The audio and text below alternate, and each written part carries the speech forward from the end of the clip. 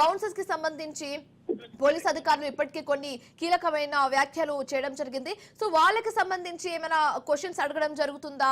వాళ్ళ పరిస్థితి గురించి మీ వద్ద ఉన్న పూర్తి డీటెయిల్స్ ఏంటి? 2-3 క్వశ్చన్లు అడిగే అవకాశం ఉంటుంది. బౌన్సర్లను ఎంతమంది తీసుకొచ్చారు, దాని తర్వాత వారికి ఎలాంటి ఒక ఆదేశాలు జారీ చేస్తారు, ఎందుకంటే బౌన్సర్లకు కూడా డిజిటల్ జారీ చేస్తారు. ఎందుకంటే బౌన్సర్ జారీ చేస్తారు, ఎందుకంటే హీరో వద్దకు ఎవరు కూడా రానివ్వకుండా పోలీసులకు సంబంధించిన వర్షం కావచ్చు, మనవైపు బౌన్సర్లకు సంబంధించి పూర్తిగా ఏదో ఇలాంటి యొక్క ఇన్ఫర్మేషన్ ఉంది, దానిపైన కూడా చూసాము. ఇప్పటికే అశోక్ రెడ్డి కూడా చేరుకున్నారు.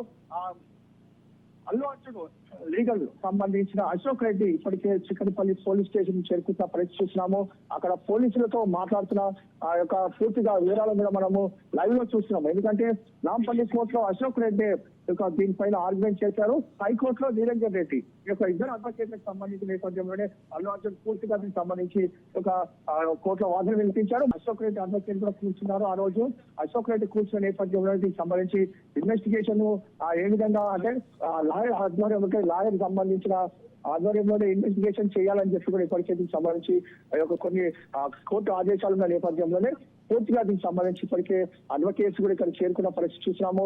చేరుకున్న నేపథ్యంలోనే ఇందులో అడ్వకేట్ సంబంధించి ఆ యొక్క ఆధ్వర్యంలో విచారణ కొనసాగిస్తారు. ఎందుకంటే ఇప్పటికే అశోక్ రెడ్డి కూడా ఇక్కడ చేరుకున్నారు కాబట్టి అల్లు అర్జున్ కూడా ఇక్కడికి వచ్చే అవకాశం చాలా స్పష్టంగా కనిపిస్తుంది. ఇప్పటికే అశోక్ రెడ్డి పిఎస్ లోపలికి కూడా వెళ్ళిపోయారు కాబట్టి అల్లు అర్జున్ మరికొద్ది సేపట్లో ఇంకా 5-10 నిమిషాల్లో కూడా ఇక్కడికి వస్తారు. వచ్చిన దాని తర్వాత 11:30 గంటలకు ఈ యొక్క విచారణ కూడా ప్రారంభం అవుతుంది. మొదటగా అల్లు అర్జున్ సంబంధించిన అన్ని డీటెయిల్స్ కూడా తీసుకుంటారు, సంతకం తీసుకున్న దాని తర్వాతనే ఈ యొక్క విచారణ కూడా